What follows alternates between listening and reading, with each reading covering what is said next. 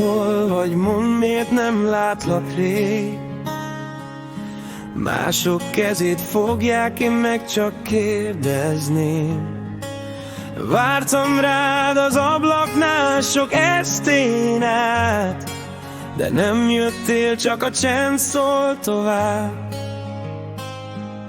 Azt mondták, elfoglalt vagy, messze jársz, de én hittem, egyszer majd rám találsz.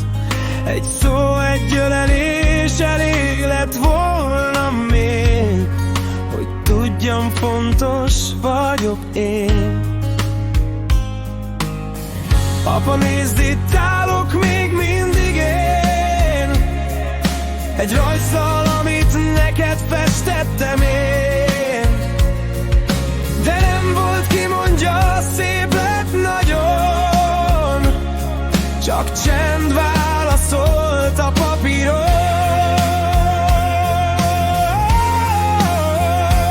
Most már értem a hiány szavát, nem az út vitt el, csak nem hívtál már. Nem vesztettelek el, csak nem voltál ott, mikor kellett volna, hogy rám gondolj. Más tanított meg erősnek lenni, és csendben mindent egyedül vinni.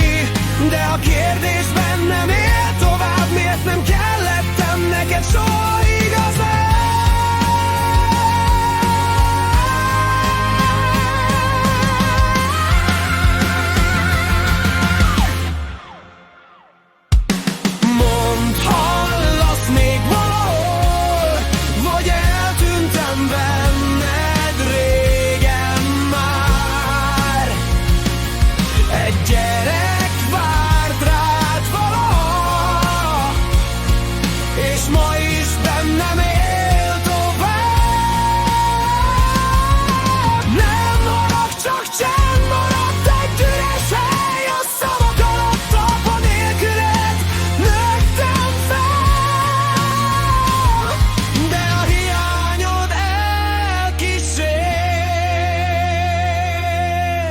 Talán egyszer majd megértem én,